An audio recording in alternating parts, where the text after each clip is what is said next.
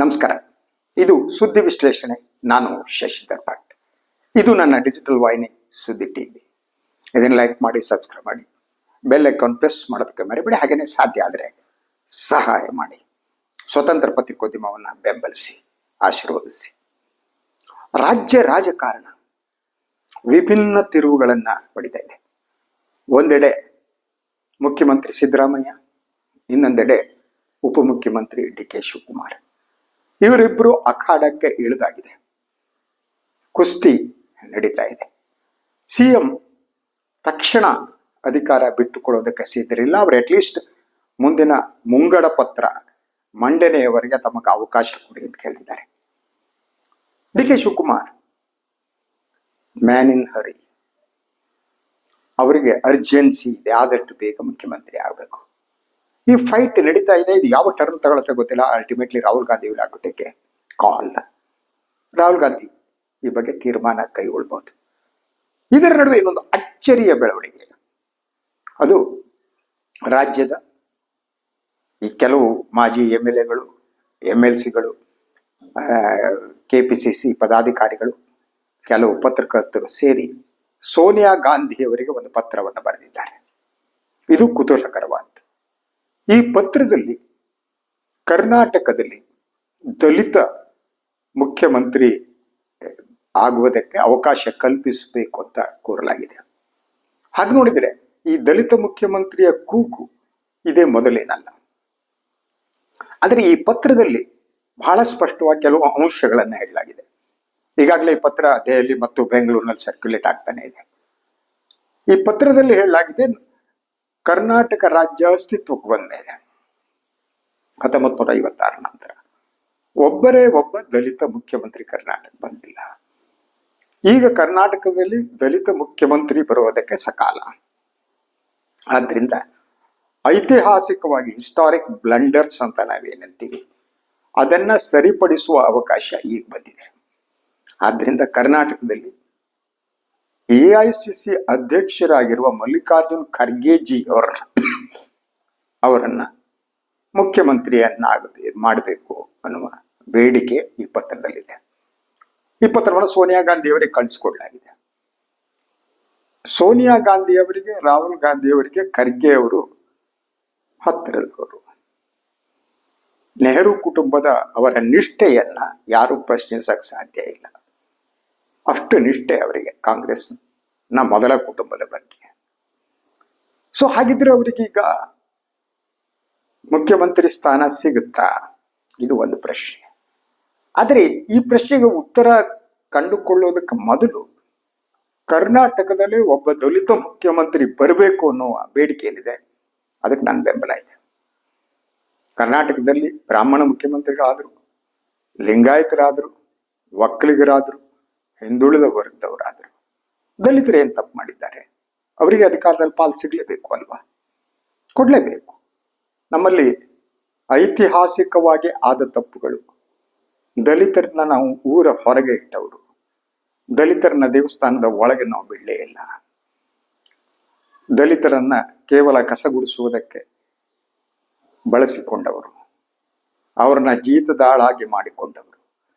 ಸ್ವಾತಂತ್ರ್ಯ ನಂತರ ಭಾರತದ ಸಂವಿಧಾನ ದಲಿತರಿಗೆ ಹೆಚ್ಚಿನ ಹಕ್ಕುಗಳನ್ನ ಕೊಡುವ ಪ್ರಸ್ತಾಪ ಮಾಡಿ, ರಿಸರ್ವೇಶನ್ ಏನೇ ಕೊಡ್ಲಿ, ಆದರೆ ಈ ಸಮಾಜದಲ್ಲಿ ಜಾತೀಯತೆ ಹೋಗೇ ಇಲ್ಲ, ಅಸ್ಪೃಶ್ಯತೆ ಹೋಗೇ ಇಲ್ಲ. ಇಂದು ಕೂಡ ಅಸ್ಪೃಶ್ಯತೆ ಬಹುದೊಡ್ಡ ಸಮಸ್ಯೆ. ಸೊ ಅಂಬೇಡ್ಕರ್ ಹೇಳಿದ ಹಾಗೆ ದಲಿತರಿಗೆ ಅವರ ಸಮಸ್ಯೆಯಿಂದ, ಅವರ ಶೋಷಣೆಯಿಂದ ಹೊರಗೆ ಬರುವುದಕ್ಕೆ ಪೊಲಿಟಿಕಲ್ ಪವರ್ ಇರಲೇಬೇಕು ಅನ್ನೋದೇನಿದೆ ಅದು ನಿಜವಾದ ಮಾತು. ಹಾಗೆ ಅವರಿಗೊಂದು ಪೊಲಿಟಿಕಲ್ ಪವರ್ ಅಂದ್ರೆ ಏನು? ಈ ದೇಶದಲ್ಲಿ ಮುಖ್ಯಮಂತ್ರಿ ಅಂತ ಸ್ಥಾನ ದಲಿತರಿಗೆ ಕೊಡಕ್ಕಾಗಲ್ಲ ಅಂತಂದ್ರೆ ನಮ್ದು ಯಾವ ಸೀಮೆ ಡೆಮೋಕ್ರಸಿ? ಅದರಿಂದ ದಲಿತರಿಗೆ ಮುಖ್ಯಮಂತ್ರಿ ಸ್ಥಾನ ಈಗ ಸಿಗಬೇಕು ಅನ್ನೋದನ್ನ ನಾನು 100ಕ್ಕೆ 100ರಷ್ಟು ಒಪ್ತೇನೆ. ಹಾಗಿದ್ರೆ ಯಾರು? ಈಗ ಪ್ರಸ್ತಾಪವಾದಂಥ ಮಲ್ಲಿಕಾರ್ಜುನ್ ಖರ್ಗೆ ಅವರು ಕಾಂಗ್ರೆಸ್ನ ನಿಷ್ಠ ಕಾರ್ಯಕರ್ತರು, ನಾಯಕರು, ಏನೇನು. ಅವರಿಗೆ ಮುಖ್ಯಮಂತ್ರಿ ಆಗುವ ಅವಕಾಶ ಬಂದಿತ್ತು, ಆದರೆ ದಕ್ಕಲೇ ಇಲ್ಲ. 2006ರಲ್ಲಿ ಸಿದ್ದರಾಮಯ್ಯನವರು ಕಾಂಗ್ರೆಸ್ಸಿಗೆ ಸೇರಿದ ಮೇಲೆ ಇವರು ದೆಹಲಿಗೆ ಶಿಫ್ಟ್ ಆಗಬೇಕಾಯ್ತು. ಅದು ಅವರಿಗೆ ಎಷ್ಟರ ಮಟ್ಟಿಗೆ ನೋವಿನ ವಿಚಾರ ಆಗಿತ್ತೋ ಇಲ್ಲವೋ ಗೊತ್ತಿಲ್ಲ ನನಗೆ. ಮುಖ್ಯಮಂತ್ರಿ ಆಗಬೇಕು ಅನ್ನುವ ಕನಸು ಅವರಿಗಿದ್ದಿದ್ದು ನಿಜ, ಅನುಮಾನ ಇಲ್ಲ. ಇಂಥ ಸಿಚುವೇಶನ್ನಲ್ಲಿ ಕರ್ನಾಟಕದಲ್ಲಿ ಹಲವು ದಲಿತ ನಾಯಕರುಗಳೇನಿದ್ದಾರೆ ಅವರು ಮುಖ್ಯಮಂತ್ರಿ ಆಗುವುದಕ್ಕೆ ಎಲ್ಲ ರೀತಿಯ ಅರ್ಹತೆ ಇದ್ದವರು. ಅದು ರಾಚಯ್ಯನವರು ಇರ್ಬೋದು, ಸಿ ಬಸವಲಿಂಗಪ್ಪನವರು ಇರ್ಬೋದು, ಹೀಗೆ ಪಟ್ಟಿ ಮಾಡ್ತಾ ಹೋಗ್ಬೋದು ನಾವು. ಈಗ ಖರ್ಗೆ ಅವರು ಇರ್ಬೋದು. ಹಾಗೆ ಎಲ್ಲ ಭಿನ್ನಾಭಿಪ್ರಾಯಗಳ ನಡುವೆ ಕೂಡ ಗೃಹ ಸಚಿವರಾಗಿರೋ ಡಾಕ್ಟರ್ ಪರಮೇಶ್ವರ್ ಅವರು ಕೂಡ ಕಾಂಗ್ರೆಸ್ಸು ರಾಜ್ಯದಲ್ಲಿ ಅಧಿಕಾರ ಬರುವುದಕ್ಕೆ 2013ರಲ್ಲಿ ಪ್ರಯತ್ನ ಮಾಡಿದರು. ಅವರು KPCC ಅಧ್ಯಕ್ಷರಾಗಿ ದಟ್ 2 ಬಾರಿಗೆ ಅವರು ಅತ್ಯುತ್ತಮವಾಗಿ ಕೆಲಸ ಮಾಡಿ ಪಕ್ಷವನ್ನು ಸಂಘಟಿಸಿದ್ದಾರೆ. ಅವರೇನು ಯಾರಿಗೂ ಕಡಿಮೆ ಇಲ್ಲ. ಅದರಿಂದ ಅವರು ಕ್ಲೇಮ್ ಮಾಡ್ಬೋದು, ಅವ್ರು ಈಗಾಗಲೇ ಹೇಳಿದ್ದಾರೆ ನಾನು ರೇಸ್ನಲ್ಲಿದ್ದೀನಿ. ಆದರೆ ಹಾಗಿದ್ರೆ ಖರ್ಗೆಯವರಿಗೆ ಅವಕಾಶ ಇದೆಯೋ ಇಲ್ಲ ಅದನ್ನು ಹೇಳೋದು ಕಷ್ಟ. ಒಂದು, ಅವರಿಗೆ ವಯಸ್ಸಾಗಿದೆ. 2, ಅನಿವಾರ್ಯತೆ, ದೆಹಲಿಯಲ್ಲಿ ಅವರ ಅನಿವಾರ್ಯತೆ ಇದೆ. ಯಾಕೆಂದ್ರೆ ಸೋನಿಯಾ ರಾಹುಲ್ ಗಾಂಧಿಯವರು ಪ್ರಾಯಶಃ ಖರ್ಗೆ ಅವರನ್ನ ನಂಬಿದಷ್ಟು ಇನ್ಯಾರನ್ನು ನಂಬಲ್ಲ ಅನ್ಸುತ್ತೆ ನನಗೆ. ಸೊ ಅದರಿಂದ ಅಲ್ಲಿದೆ. ಆದ್ರೆ ಈ ಒಂದು ಒತ್ತಡ ಕೇಳಿ ಬಂದದ್ದು ಮಹತ್ತರ ಬೆಳವಣಿಗೆ ಅಂತ ಹೇಳೋದು ಕೊಟ್ಟಿದ್ದಾನೆ. ಅಂದ್ರೆ ಈ 3ನೇ ಅಭ್ಯರ್ಥಿಯೊಬ್ಬರನ್ನ ಕಣಕ್ಕೆ ಇಳಿಸುವ ಮೂಲಕ DK ಶಿವಕುಮಾರ್ ಅವರ ಮುಖ್ಯಮಂತ್ರಿ ಆಗುವ ಅವರ ಆಸೆ ಕನಸು ಏನಿದೆಯಲ್ಲ ಅದಕ್ಕೆ ತಣ್ಣೀರು ಎರಚಲಾಗ್ತಾ ಇದೆಯಾ? ಯಾಕೆಂದ್ರೆ ಇಲ್ಲಿರುವ ಸಮಸ್ಯೆ ಅಂದ್ರೆ ದಲಿತ ಒಬ್ಬ ಮುಖ್ಯಮಂತ್ರಿಯನ್ನ ಮಾಡಿದ್ರೆ ಸಮಾಜಕ್ಕೆ ಹೋಗುವ ಸಂದೇಶ ಬೇರೆ, ಅದೇ ಅಪ್ಪರ್ ಕಾಸ್ಟ್ ನ ಒಬ್ಬರು ಮುಖ್ಯಮಂತ್ರಿ ಮಾಡಿದ್ರೆ ಆ ಸಂದೇಶ ಹೋಗೋದು ಬೇರೆ. ಕಾಂಗ್ರೆಸ್ಗೆ ಈಗ ಜೀವಜಲ ನೀಡ್ತಾ ಇರುವವರು ದಲಿತ, ಹಿಂದುಳಿದ ವರ್ಗ ಮತ್ತು ಅಲ್ಪಸಂಖ್ಯಾತರು. ಈ ಪಕ್ಷ ಈಗ ಮೇಲ್ಜಾತಿಗಳ ಬೆಂಬಲವನ್ನ ಕಳೆದುಕೊಂಡಿದೆ. ಮೇಲ್ಜಾತಿಗಳಿಗೆ ಸಿದ್ದರಾಮಯ್ಯನ ಹೆಸರು ಹೇಳಿದ್ರಂತೂ ಆಗಲ್ಲ, ಅವರು ಏಕವಚನದಲ್ಲಿ ಮಾತಾಡ್ತಾರೆ. ಅಷ್ಟರ ಮಟ್ಟಿಗೆ ಅವರಿಗೆ ಜಾತಿಯ ವಿಷ, ಶ್ರೇಷ್ಠತೆಯ ವಿಷ ಅವರಲ್ಲಿ ತುಂಬಿಕೊಂಡಿದೆ. ಸೊ ಅದರಿಂದ ಈಗಲೂ ಕೂಡ ಸಿದ್ದರಾಮಯ್ಯನ ವಿರುದ್ಧ ತೊಡೆ ತಟ್ತಾ ಇದ್ದವರು ಮೇಲ್ಜಾತಿಯವರನ್ನೇ. ಅವರಿಗೆ ಇವರನ್ನ ಸಹಿಸಿಕೊಳ್ಳುವುದು ಕಷ್ಟ. ಇದನ್ನು ನಾನು ಹೇಳುವಾಗ DK ಶಿವಕುಮಾರ್ ಮುಖ್ಯಮಂತ್ರಿ ಆಗ್ಬಾರ್ದು ಅನ್ನೋ ಮಾತನ್ನು ನಾನು ಹೇಳ್ತಾ ಇಲ್ಲ. ಅವರು ಪಕ್ಷಕ್ಕಾಗಿ ದುಡಿದವರು ಆಗ್ಬಹುದು, ಆ ವಿಚಾರ ನಾನು ಹೇಳ್ತಾ ಇಲ್ಲ. ಅವರಿಗೂ ಅಧಿಕಾರ ದಕ್ಕಬೇಕು.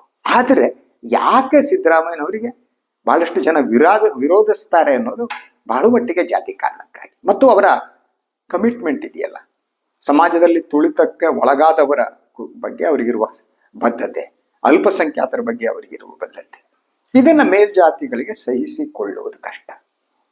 ಆದ್ರಿಂದ ಅವ್ರ ವಿರೋಧ ಇದೆ.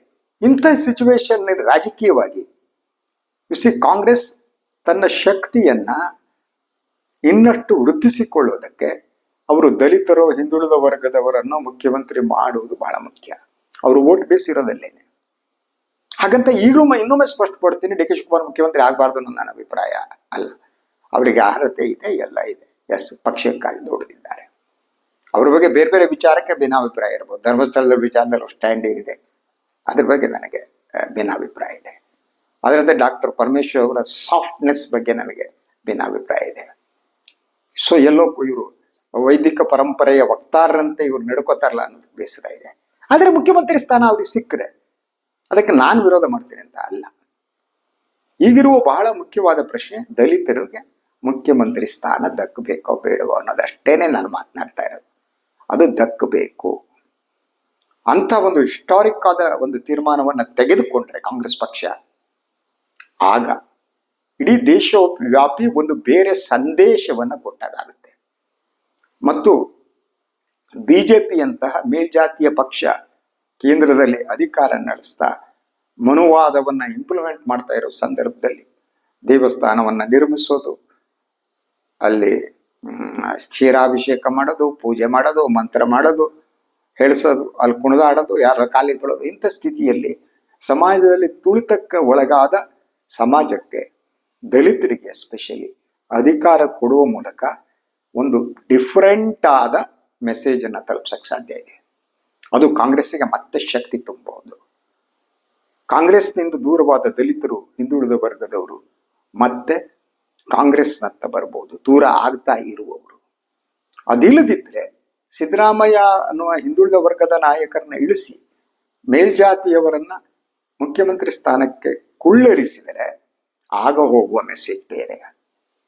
ಏನು ಮೆಸೇಜ್ ಅದು?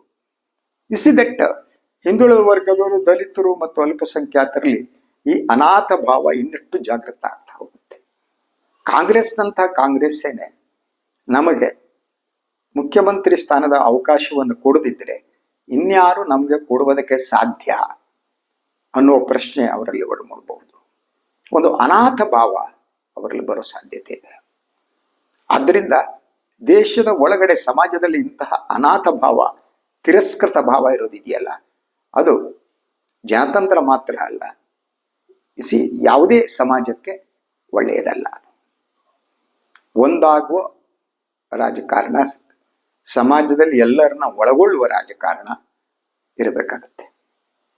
ಸೊ ಆ ದೃಷ್ಟಿಯಿಂದ ಈ ಪತ್ರದ ಮಹತ್ವ ಏನು ಅನ್ನೋದು ಬೇರೆ. ಸೊ ಕಾಂಗ್ರೆಸ್ ಹೈಕಮಾಂಡ್ ಇದನ್ನ ಹ್ಯಾಕ್ ಸ್ವೀಕಾರ ಮಾಡ್ತಾರೆ ಅನ್ನೋದು ಬೇರೆ.